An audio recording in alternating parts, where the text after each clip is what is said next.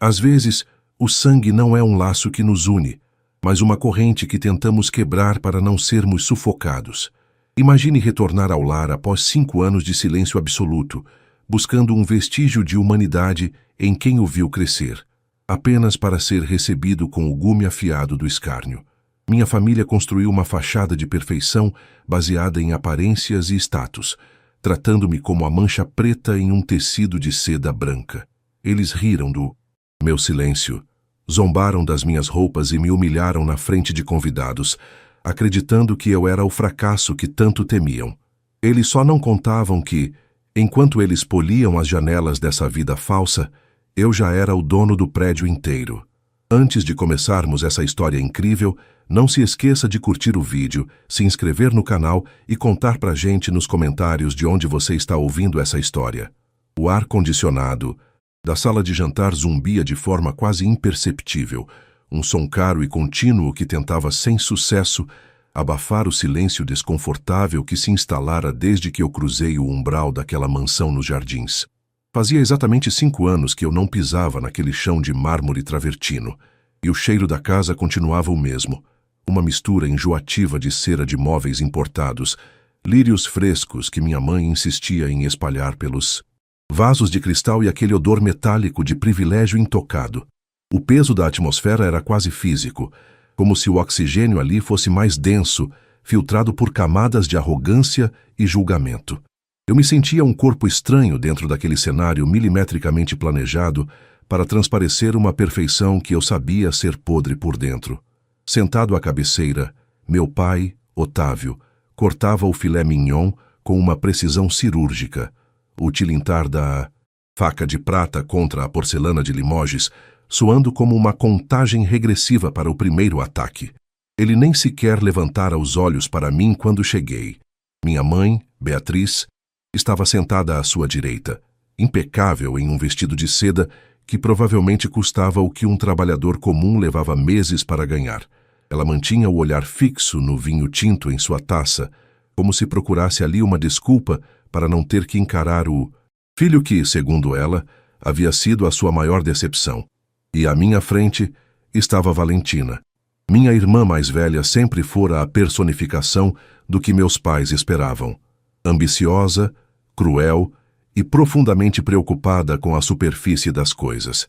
Ela me observava com um sorriso enviesado, o tipo de sorriso que as pessoas reservam para algo que encontraram no lixo. O jantar seguia em um ritmo mecânico. Eu usava uma calça jeans escura e uma camiseta de algodão preto, sem logotipos, sem ostentação. Para eles, aquela simplicidade era a prova cabal da minha derrota. Eles não conseguiam conceber que alguém com dinheiro não sentisse a necessidade desesperada de exibi-lo em cada costura da roupa. No mundo deles, se você não brilha com ouro, você é invisível, ou, pior, um estorvo. Eu sentia o suor frio na nuca, não por medo, mas pela náusea que aquela hipocrisia me causava. Cada segundo ali era um lembrete do porquê eu havia partido sem olhar para trás, com apenas uma mochila e um plano que todos eles chamaram de delírio juvenil. Então, Bernardo. Valentina quebrou o silêncio, sua voz carregada de um sarcasmo refinado, enquanto limpava o canto da boca com o guardanapo de linho. Decidiu finalmente sair do buraco onde estava escondido? Devo dizer que sua aparência confirma todas as nossas suspeitas. Você parece, como posso dizer de forma delicada, desgastado. A vida de artista independente, ou seja lá qual for a fantasia que você perseguiu, não parece ter pago as contas de um bom barbeiro, não é? Ela soltou uma risadinha seca, e eu vi o canto da boca do meu pai se elevar em um tique quase imperceptível de aprovação.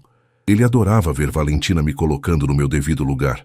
Eu apenas continuei mastigando devagar, sentindo a textura da carne que, apesar de cara, parecia cinza e sem sabor na minha boca. Eu mantive o contato visual, a calma que eu havia cultivado nos últimos anos, agindo como um escudo invisível. Eu não era mais o garoto de 20 anos que saía dali chorando. Eu estou bem, Valentina, respondi, minha voz saindo baixa e estável. O foco da minha vida não tem sido a minha aparência nos últimos 5 anos. Tenho trabalhado em projetos que exigem mais do meu intelecto do que do meu guarda-roupa. Beatriz soltou um suspiro dramático, largando os talheres com um estalo irritado. Ela finalmente me olhou, e seus olhos estavam úmidos de uma frustração que ela rotulava como preocupação materna. Intelecto, Bernardo? Por favor. Você nos abandonou para viver de migalhas enquanto sua irmã construía uma carreira brilhante. Você tem noção da vergonha que sentimos quando nos perguntam por você? Nos eventos do clube. Onde está o filho mais novo dos Albuquerque? Temos que inventar que você está fazendo uma especialização na Europa para não admitir que você desapareceu para ser ninguém. Você está arruinando a imagem desta família.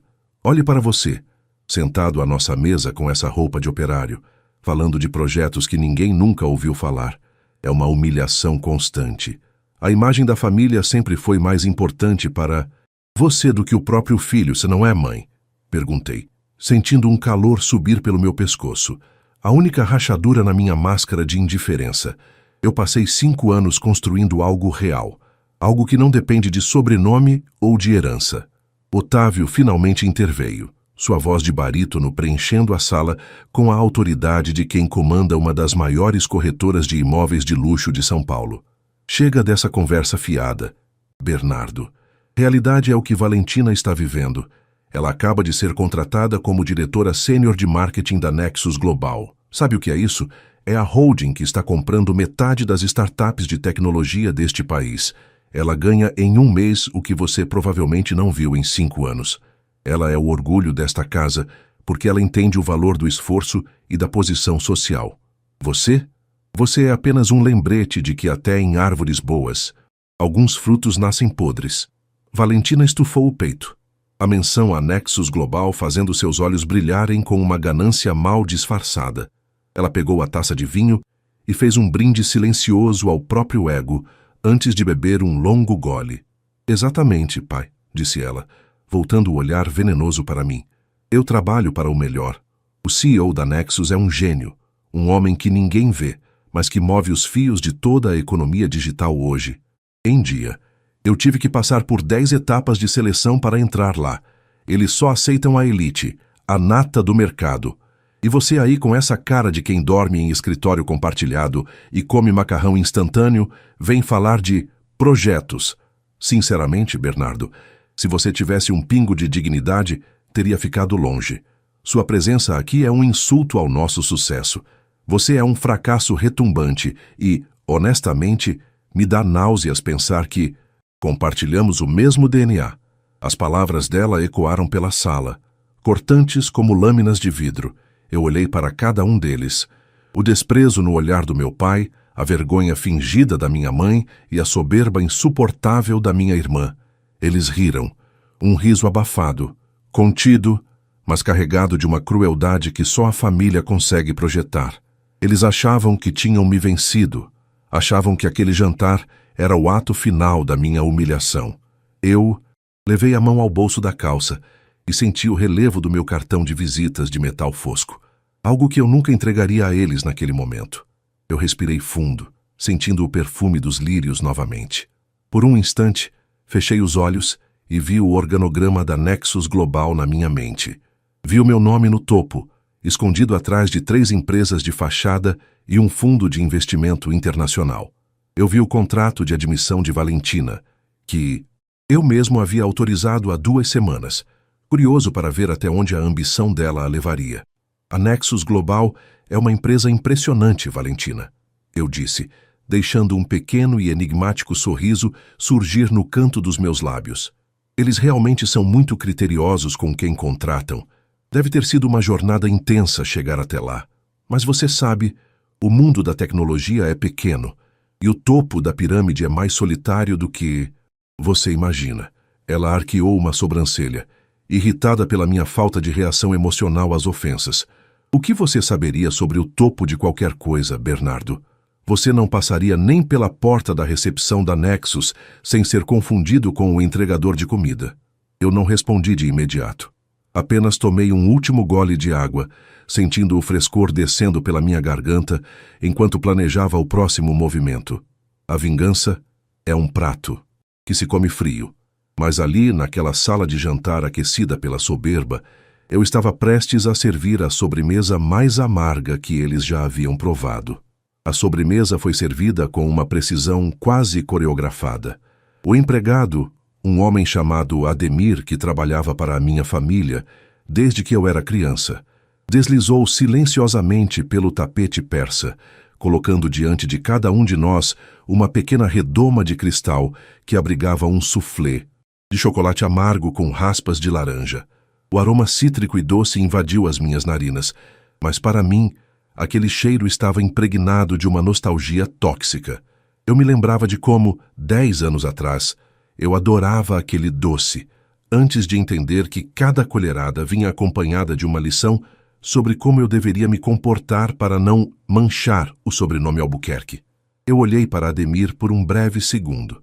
Ele foi o único que me lançou um olhar fugaz de reconhecimento e, talvez, de uma secreta compaixão, antes de desaparecer novamente para as sombras da cozinha.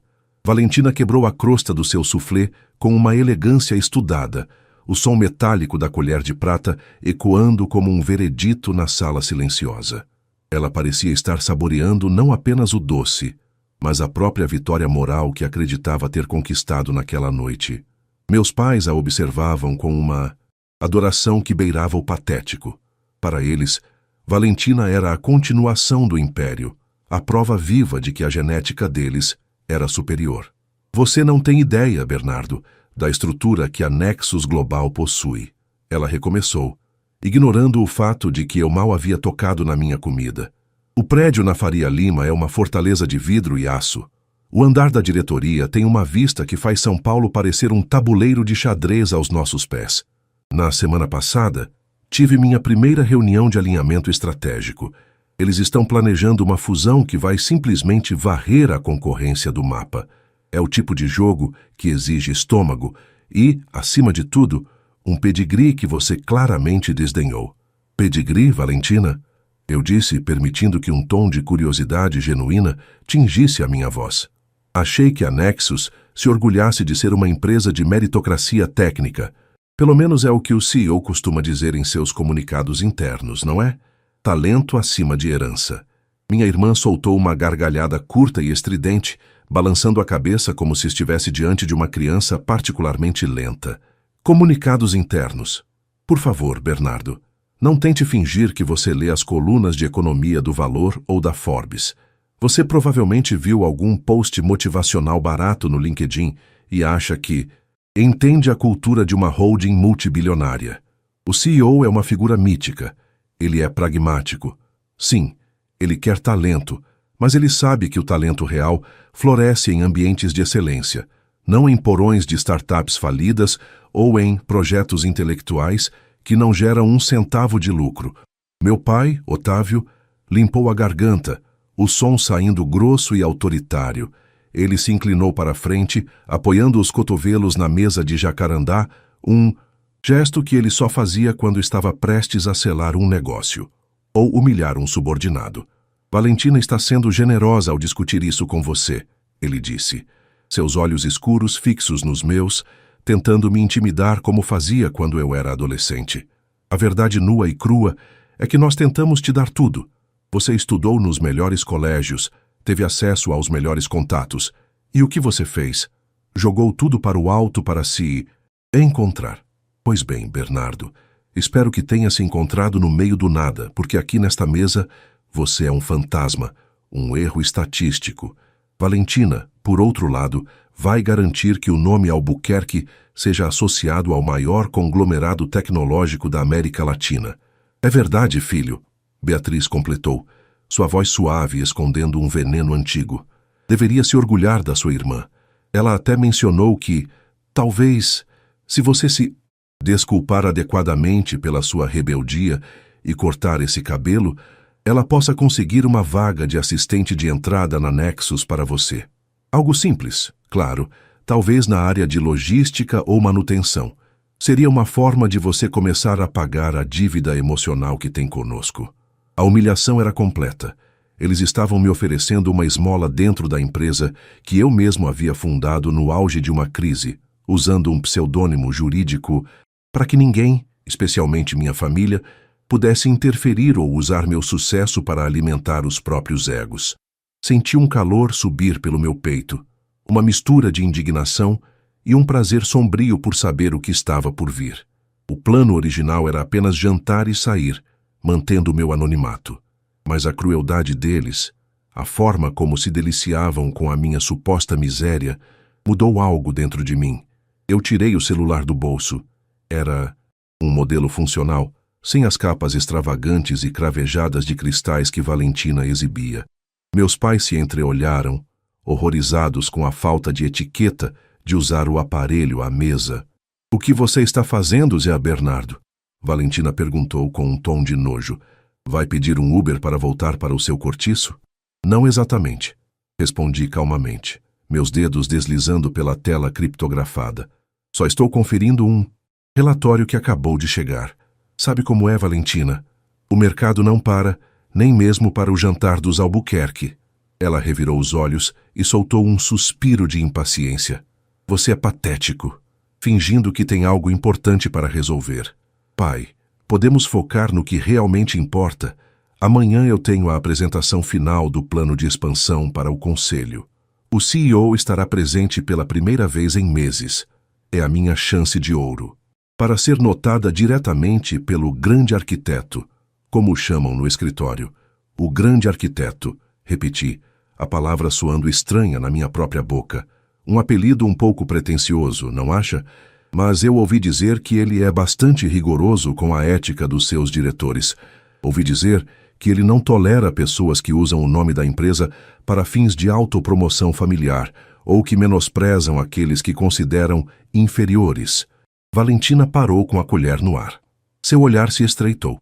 Havia uma pequena semente de dúvida plantada ali, mas sua arrogância era um solo fértil demais para que qualquer suspeita real florescesse tão rápido.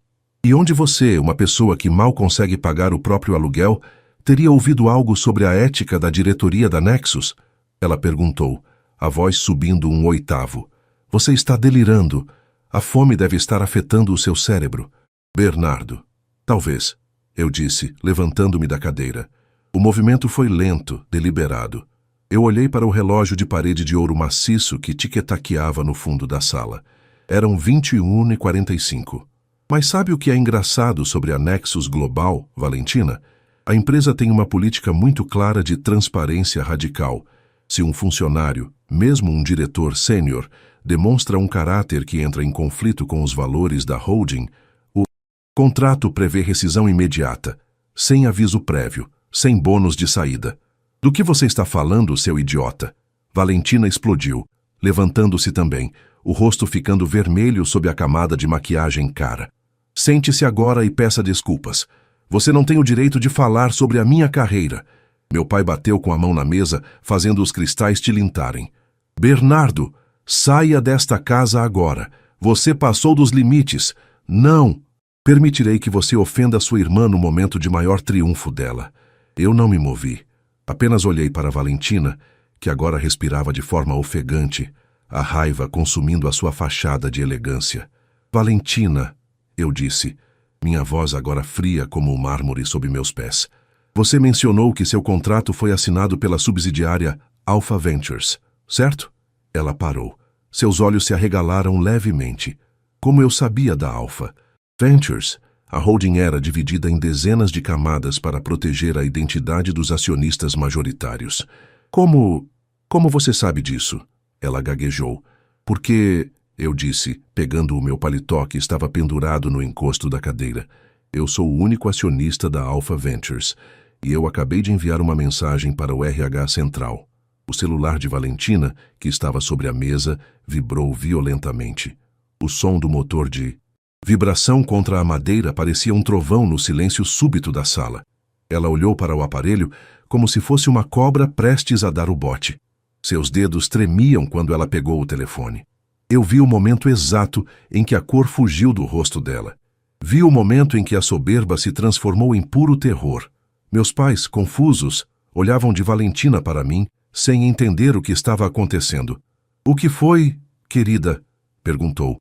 Beatriz, a voz trêmula. "O que diz aí?" Valentina não respondeu. Ela apenas olhava para a tela, a boca entreaberta, enquanto a primeira lágrima de choque borrava o seu rímel caro. O silêncio que se seguiu à vibração do celular de Valentina não foi o de um respeito súbito, mas o de um vácuo absoluto, como se todo o oxigênio daquela sala de jantar suntuosa tivesse sido sugado por um buraco negro. O brilho da tela do smartphone refletia-se nas pupilas dilatadas da minha irmã, uma luz azulada e fria que denunciava a ruína da sua expressão. Ela não piscava. O soufflé de chocolate, antes o símbolo de sua vitória gastronômica e social, agora jazia esquecido, exalando um aroma doce que parecia ironizar a amargura do momento. Eu observei cada detalhe, o tremor quase imperceptível em seus dedos, cobertos por anéis de ouro, a veia que saltava em seu pescoço tenso e a forma como o seu lábio inferior começou a descair, perdendo a firmeza da arrogância. Valentina, o que foi, a minha filha? Você está pálida.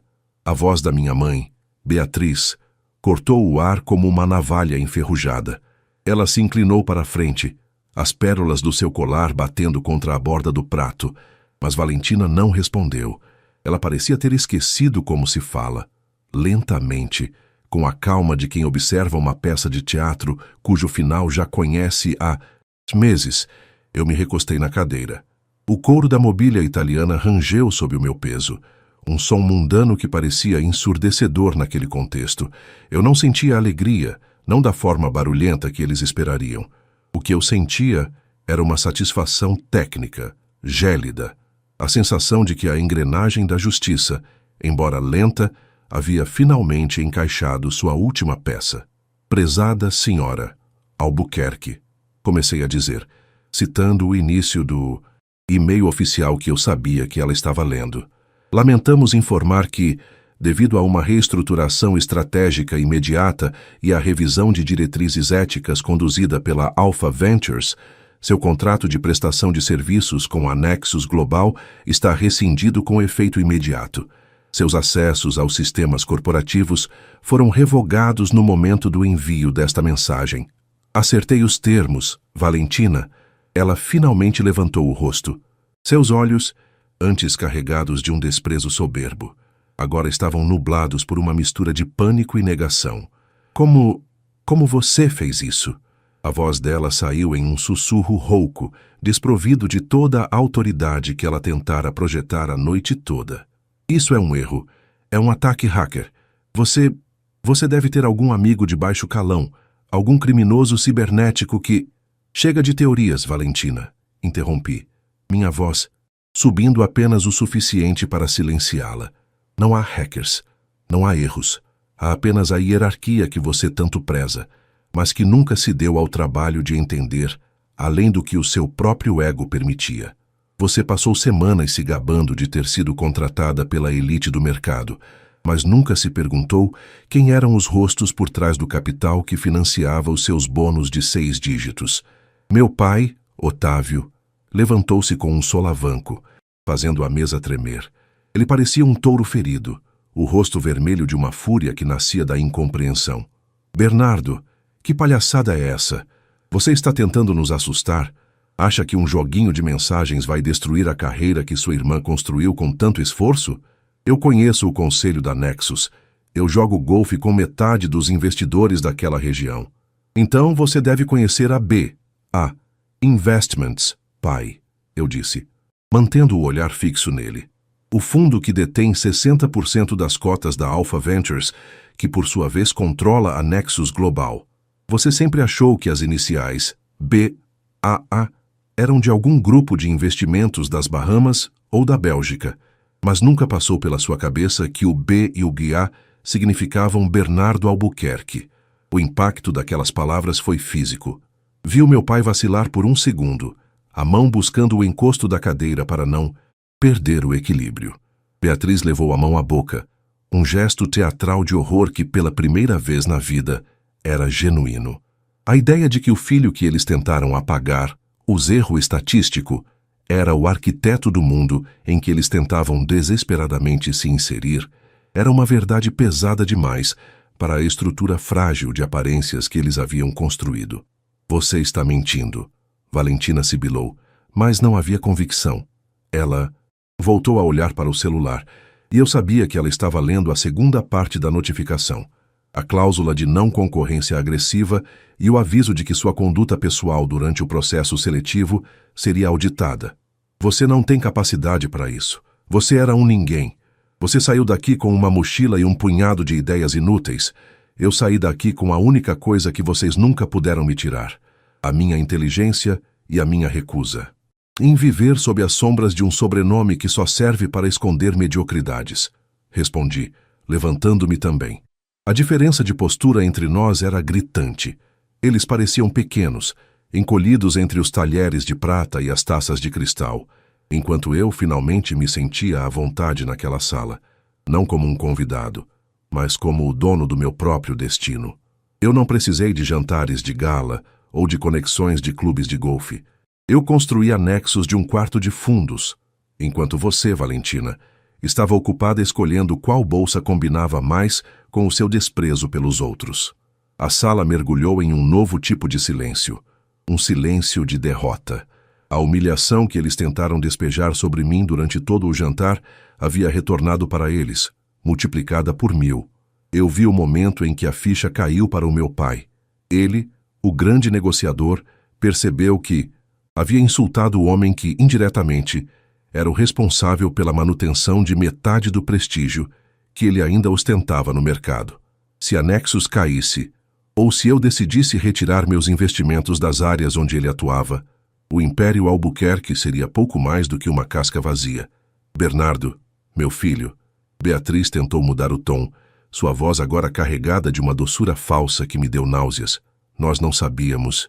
Você sempre foi tão reservado. Por que não nos contou? Poderíamos ter celebrado juntos. Poderíamos ter unido forças. Para quê, mãe? Para que vocês pudessem usar o meu esforço como decoração para os seus eventos sociais? Perguntei, sentindo uma ponta de tristeza que eu não esperava. Vocês nunca quiseram o Bernardo. Vocês queriam um troféu que validasse a visão de mundo de vocês. No momento em que eu não me encaixei no molde, eu fui descartado. Pois bem, agora o molde quebrou. Valentina começou a chorar. Não era o choro de alguém arrependido, mas o choro de alguém que perdeu o poder. As lágrimas borravam o rímel e escorriam pelo rosto que, minutos atrás, estava contorcido em uma careta de superioridade. Ela olhava para o celular como se ele fosse um túmulo. Eu vou processar, eu vou... Ela tentou dizer, mas a voz falhou. Processe, eu disse, pegando minha carteira e tirando uma única nota de R$ 100, deixando-a sobre a mesa, ao lado do meu prato quase intocado. Isso deve cobrir a minha parte do jantar e o soufflé que eu nem cheguei a terminar. Eu não quero dever nada a esta família. Caminhei em direção à porta, o som dos meus passos no mármore ecoando como batidas de um relógio que finalmente chegara à hora certa. Eu sentia o olhar de Otávio queimando nas minhas costas. Um olhar que misturava ódio, medo e, pela primeira vez, um reconhecimento tardio de que ele nunca me conheceu de verdade. Bernardo, espere! Meu pai gritou, mas eu não parei. Ao chegar ao hall de entrada, olhei para o espelho dourado que decorava a parede. Eu via o mesmo rosto de 5 anos atrás, mas os olhos eram de alguém que não precisava mais provar nada. Eu abri a porta pesada de madeira maciça e o ar da noite de São Paulo, embora poluído, pareceu o mais puro que eu já respirei. A vingança não era ver Valentina desempregada ou ver meus pais em choque. A vingança real era a liberdade de fechar aquela porta sabendo que eu era o único ali que não dependia de mentiras para ser alguém. Mas eu ainda tinha um último detalhe a resolver, algo que garantiria que o recado fosse gravado de forma permanente na memória deles. O asfalto da rua arborizada nos jardins ainda exalava o calor acumulado de um dia abafado em São Paulo, mesmo com a brisa fina que começava a soprar entre as copas das tipuanas. Eu caminhei até o meu carro, um sedã elétrico discreto e fosco que eu havia estacionado a alguns metros da entrada principal, querendo evitar que Ademir ou qualquer outro funcionário ficasse vigiando minha chegada. O som do portão de ferro fundido se fechando atrás de mim ecoou como o bater de uma cela que finalmente se abria. Durante 5 anos, Eu carreguei o peso daquele portão na minha alma, sentindo-me culpado por não ser o filho que eles projetaram. Agora, o peso havia mudado de lado. A gravidade da situação estava lá dentro, esmagando o que restava daquela ceia de aparências. Entrei no carro e senti o cheiro de couro novo e tecnologia, um ambiente que eu mesmo criei, longe dos lírios sufocantes da minha mãe. Antes de dar a partida, desolhei pelo retrovisor para a fachada iluminada da mansão. As luzes da sala de jantar ainda estavam acesas, e eu podia imaginar a cena. Valentina desabada sobre a mesa. Meu pai tentando freneticamente ligar para seus contatos influentes e minha mãe em um estado de negação catatônica. Eles achavam que o golpe final era a demissão de Valentina, mas eles ainda não tinham entendido a profundidade do buraco que cavaram para si mesmos ao longo de décadas de arrogância. Peguei o meu telefone de uso profissional, aquele que raramente tocava depois das 9 da noite, a menos que fosse uma emergência global. Disquei o número de Henriques, meu braço direito e diretor de operações na Nexus. Henrique era o tipo de homem que não fazia perguntas, apenas executava com uma precisão cirúrgica. Ele sabia quem eu era, de onde eu vinha e por que eu mantinha meu nome de família longe dos holofotes. Henrique, desculpe a hora, eu disse, minha voz soando estranhamente calma no interior silencioso do veículo. Sem problemas, Bernardo. Vi o alerta de rescisão que você disparou pelo sistema do RH para a nova diretora. Algum problema com a integração dela? A voz de Henrique era um misto de curiosidade e profissionalismo. Mais do que você imagina. Mas tem algo mais. Lembra-se daquele contrato de exclusividade que estávamos prestes a assinar para a corretagem do nosso novo complexo de data centers no interior? Aquele que seria gerido pela Albuquerque Imóveis de Luxo? Houve uma pausa do outro lado da linha. Eu podia ouvir o farfalhar de papéis, ou talvez o deslizar de um tablet. Sim, claro. Está na minha mesa para a assinatura final amanhã cedo. É um contrato de 8 dígitos, Bernardo. A comissão de gerenciamento seria o maior aporte de capital que aquela imobiliária veria em uma década. Eles estão contando com isso para cobrir os rombos das dívidas fiscais que descobrimos na auditoria de diligência, lembra?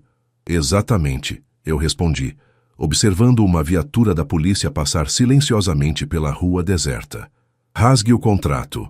Quero que envie uma notificação oficial de cancelamento nas próximas 6 horas, citando incompatibilidade de governança ética. Não daremos a eles nem mais um centavo de consultoria. E quero que todos os imóveis que a Nexus possui atualmente, sob a gestão deles, sejam transferidos para a concorrente direta até o final da semana.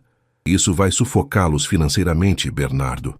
Henrique observou, sem tom de julgamento, apenas constatando um fato. Sem esse contrato e com a perda da nossa carteira de gestão, a Albuquerque Imóveis não dura 6 meses. O nome deles no mercado vai para o lixo.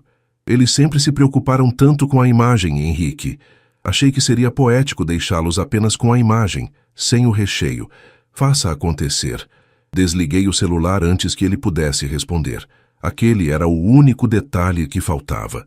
Valentina achava que perder o emprego de diretora era o fim do mundo, mas ela ainda não sabia que a própria subsistência do estilo de vida da família dependia da empresa que ela acabara de cuspir.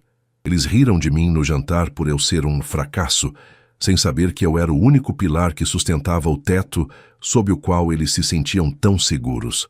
Liguei o carro e comecei a dirigir em direção ao meu apartamento na Vila Madalena, um lugar que, ao contrário daquela mansão, tinha alma e história. Enquanto passava pelas luzes da Marginal Pinheiros, minha mente viajou para 5 anos atrás.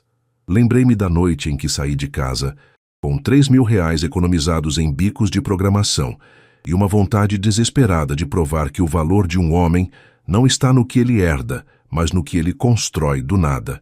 Lembrei-me das noites dormindo no chão de um escritório alugado, das refeições de padaria e do medo constante de falhar e ter que voltar rastejando para pedir perdão a Otávio. Esse medo fora o meu maior combustível. Cada ofensa que ouvi naquela mesa hoje, eu já havia ouvido antes na minha própria cabeça, projetada pela voz do meu pai. A diferença é que hoje aquelas vozes não tinham mais poder sobre mim. Eu não precisava do perdão deles. Eu não precisava da aprovação deles. E, estranhamente, eu nem precisava mais do ódio deles. O celular no console central vibrou. Era uma mensagem de texto de Valentina. Eu não precisava abrir para saber o tom. Imaginei que seriam súplicas misturadas com ameaças, o desespero de quem vê o chão desaparecer. Em seguida, uma ligação de meu pai. Eu o deixei tocar até que o silêncio voltasse a reinar no carro. Eles tentariam de tudo agora: chantagem emocional, promessas de mudança, pedidos de desculpas ensaiados. Mas eu conhecia o ciclo. Eles não estavam arrependidos por terem me tratado como lixo. Estavam desesperados por terem descoberto que o lixo era quem pagava as contas. Cheguei em casa e subi para a varanda. De lá eu podia ver as luzes da cidade se estendendo até o horizonte. São Paulo é uma cidade que não perdoa a fraqueza, mas que recompensa a resiliência com uma ferocidade única. Eu peguei uma pequena caderneta que guardava na gaveta da mesa de centro. Nela, havia uma lista de objetivos que escrevi quando saí de casa. O último item da lista era fazer com que eles vejam quem eu sou. Peguei uma caneta e risquei aquela frase, mas ao riscar, percebi algo que mudou meu semblante. Eu não precisava que eles vissem quem eu era. O que importava era que eu sabia quem eu era. A vingança, por mais doce que parecesse na teoria, era apenas o fechamento de um ciclo de dor. O verdadeiro triunfo não estava em ver os sorrisos deles sumirem, embora isso tivesse sido um bônus satisfatório. O verdadeiro triunfo estava no fato de que, amanhã de manhã, eu acordaria e não pensaria neles nenhuma vez enquanto construía o meu próximo projeto. Respirei fundo, sentindo o ar fresco da noite. A história dos Albuquerque, como eles a conheciam, terminara naquela sala de jantar, entre suflês amargos e verdades insuportáveis. A minha história, porém, estava apenas começando um novo volume, sem sombras, sem dívidas emocionais e, finalmente, sem o peso de um sobrenome que nunca me coube. Eu entrei, fechei a porta da varanda e, pela primeira vez em muitos anos, dormi com a tranquilidade de quem não tem mais nada a provar a ninguém. O silêncio da minha casa era o meu maior troféu. Eles ficaram com o mármore e a prata. Eu fiquei com o mundo,